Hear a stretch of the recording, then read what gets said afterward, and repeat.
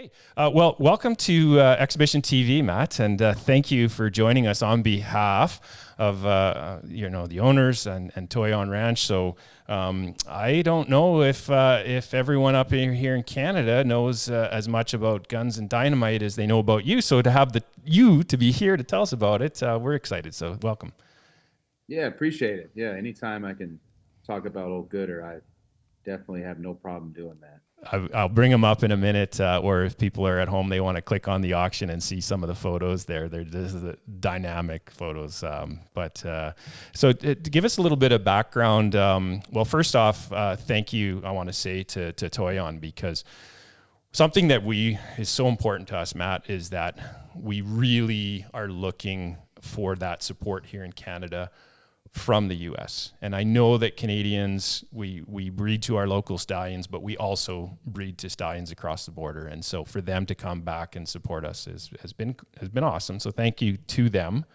But tell us about your relationship with Guns and Dynamite there. Yeah, well, for starters, Tim and Mary Beth Ruckman own him. Mm-hmm. They longtime friends and owners of many, many great horses that I've had. So, you know, very thankful that they bought the horses. It's been great. So Gooder, what we call him, that's been his name from the beginning. I've noticed him from his 3-year-old year. Cade McCutcheon had him, and he was awesome. I think he was up there at the top at the Summer Slide, his very first show that he went to, and then he was second at the Reign in Futurity. Cade won it.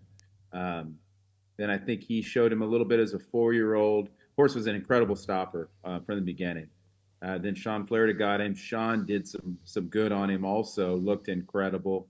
I just specifically, I remember we were filming Yellowstone. I think it was season, I can't remember, season 2 or 4, and Cade used Guns and Dynamite, and he's stopping in Bridleless on the TV show, and I just remember looking, going, man, this horse is incredible. He's so physical. Well, fast forward to the NRBC of this horse. I'm going to bring up some photos now on the screen, so we'll keep going. Don't stop. This we come to. I think it was he would have been 6, and we're looking for a nice horse, a great horse to show. And the NRBC, somebody had called me and said something about him, and I weren't really thinking about it. And then at the NRBC, his 6-year-old year. His old owner, Kirsten Booth, she called and she told me about him and said, "Boy, you sure ought to look at him. He's for sale." I watched her show him and tried him out there, and it was just like amazing. I remember I was leading him over to the arena to try him out, and I passed Cade, and he goes, "Oh, you're trying Gooder out?" And I said, "Yeah." He goes, "Oh, minute you get on him," he goes, "you're gonna love him." And sure enough, that horse is. He's got it all. You're always looking for you want a horse that's feely, but then you hear us trainers talking about, you want a horse that you got to push, that it doesn't have a lot of run. And he's like the perfect combination. You get on him and just lope him off. He's quiet. He's waiting for you. But you ask him to hit that next gear, and we've seen that horse. That horse is spectacular. I think he's one of the few horses out there that can legitimately plus 1.5 every maneuver, and he's done it. He's done it with multiple riders. Wow. When I see this image I've got up on the screen here right now, the word I'm thinking is just deep in the ground. Gets a guy like me. I don't know if you know, Matt, but everyone up in here in Canada knows that Dave doesn't ride horses. I'm usually I'm the video guy. But if I ever got on a horse, being this low to the ground, when I fall off, I'd be safe. I wouldn't have to fall that far. It's so deep. But the athleticism here is extraordinary. Oh, it's unbelievable. He's like a little pit bull. And, he's got the conformation. He's by Gunner's Special Night. He's out of a great mare also. His mother was a good show horse that Tom McCutcheon had by Smart Starbuck. So the pedigree's all there. He's got some full siblings, sisters that have all done well. But he's an exceptional, special horse that I believe he's got that dominant personality that's going to pass on, which we're going to see some of those babies come this year. We bred some of our best. We bred a full sister to She's Out of Your League, Wallace Chick Diana that I showed, Walla out of Wimpy's Little Chick. She's got a couple coming. And we've got some other really, really well-bred mares that we bred him to last year that will be hitting the ground. So, I can't say enough. I just don't, I think this kind of horse, anybody's going to get on him. And, you say, oh, well, is the horse going to fit you or not? This horse is going to fit just about everybody. He's just that dynamic. Yeah.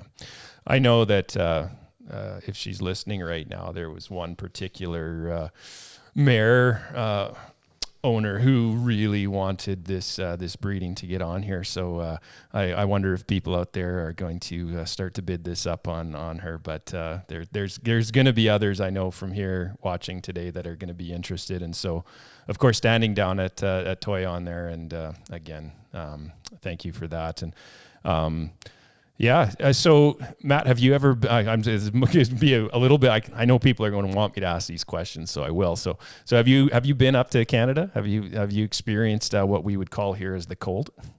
Yeah, I have actually. It's been quite a while, but I was in way North BC in 16. Actually, it was a horseback trip for 2 weeks. It was a moose and caribou hunt that I was on. It was nuts. Got snowed in, cold. It was one of those you were glad when the trip was over, but then you look back at the photos and the video, and it was a trip of a lifetime. Beautiful, beautiful area. Yeah. Yeah. I mean, I watched you in the first season of The Last Cowboy, and it's funny up here in Canada. It's tricky for us to watch the following seasons. And so I haven't got to watch the following seasons. But did I recall correctly? Were you originally out of California, or is it out of? Yeah, I'm from Southern California. Okay, yeah, remember, and then you'd won a gold medal at the equine. Oh, you fill me in. You know what you did. Yeah, World Equestrian Games. Yeah, in 2006 in Aachen, Germany. Yeah. Yeah. Ah, cool. Well, hey, we'd love to. Arizona. Now I'm in Texas. I keep moving east. Yeah. Yeah, I'm going to be in New York here in a few years.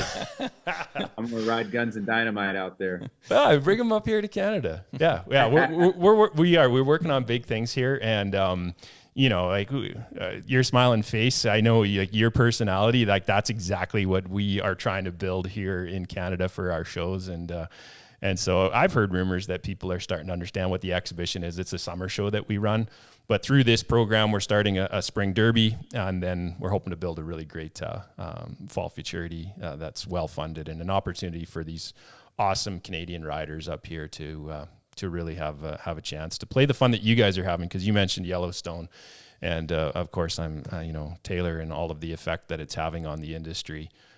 We get to feel that up here too.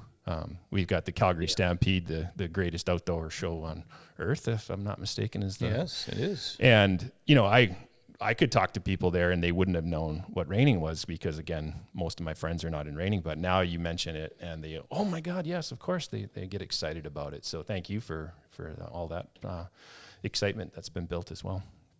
Yeah, for sure. Getting back to Guns and Dynamite. Okay, sorry. Yeah, no, all that's great, but I got to get back to Guns and Dynamite. Of course you do. I really feel like those out there that are looking at him to bid on, you're getting in early. This is his first season standing to the public. We didn't stand him last year, and when you have these younger stallions, I mean, he's won almost 300,000. There's so many of them, it's hard to make a choice. It's like, which one do I breed to? And for me, with him, if I'm looking at it as a mare owner, he's been fantastic with multiple different trainers, with Cade, with Sean, with myself, with his pedigree top to bottom. I just have that hunch, that he's really going to produce, and he's not done yet. Like Hubert was talking about with Chubbs, I brought him back, and we're getting him legged up. You watch The Last Cowboy. I've watched it about 1,000 times, hoping that the ending would be different. It's been the same every time. So I'm bringing him back, though. We were a half point short of qualifying last year. He hasn't done anything since the last time I showed him, other than go and collect at Toyon, and there's a ton of frozen semen on him. He also very, very high quality semen. He should be a good producer. He should ship fantastic. But he's back. We're going to take him to the Cactus. So, again, you're getting in now. I see where that bid's at. I mean, it's a heck of a deal to breed to this good of a horse. Yeah. For that kind of price, you're going to look like a genius in 3 years when that baby's, out there doing well. Awesome. Well, we're gonna sell this one, and we're gonna sell some more for you guys too, and we're gonna love seeing that athleticism coming into the show pen here in Canada, and getting some more great horses up here. So, is there anything else that you wanted to? What? What's that? Why don't you buy it? You just jump in and buy it. Oh, We'll figure out the rest after.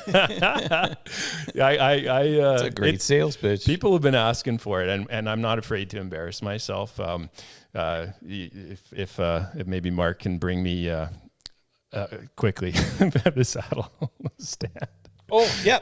Hold on a second. Just to give you an idea of how I'm not afraid to embarrass myself, Matt, because last year at our exhibition show and had a sponsored dinner and hundreds of people there, and in case anyone ever complains about the show, sometimes I say we make almost everyone happy, and we do our best to do that. But there was mistakes I make because I don't have a clue. So behind me is our Bob saddle, and I don't know if you can see that. It's probably blocked, but we gave away 3 of them last year in our shootout challenges. We had a Green Rainer, a rookie, and a non-pro, and it was exciting. But I had, they take a while to get a Bob's. And so I needed one. I've got it. And we just keep this and put it on display and put it in the photo. And so I need a saddle stand. And I couldn't find one. So I ordered one on Amazon, and it came, and my wife messaged me. She says, I don't think you got what you wanted, Dave. Who hasn't done that once? That's awesome. Isn't that great? Yeah. So that's great. So I'm not afraid to laugh at myself. But you know what? I see... I get excited when we run our exhibition open class here. We get the stallions, and next Hubert's going to talk about his master stallion that he showed. But we get these amazing stallions running in this open class that we don't often see here in Canada. And so to see that athleticism and see that performance that these guys bring, it's like, oh man, I get excited. So yeah. So you're going to be down at the Cactus then? Is that right? With Guns and Dynamite. Mm-hmm. For everyone who gets down there, I think people will be cheering you on the extras. So yeah. Well, hey, I so much appreciate you coming on here today. I don't know if you can stick around and join the conversation, but I'm going to swing back to Hubert here now, and we're going to talk about Master here next. He just talked about Chubbs there, and again, thank you for supporting us. We appreciate it. Thank you very much. I'd love to stay. I know Hubert's going to do a fantastic job, but I got to go get on Guns and Dynamite right now and start getting ready. All right, cool. Thanks for taking the time for us today. Yep, my pleasure. Thank you.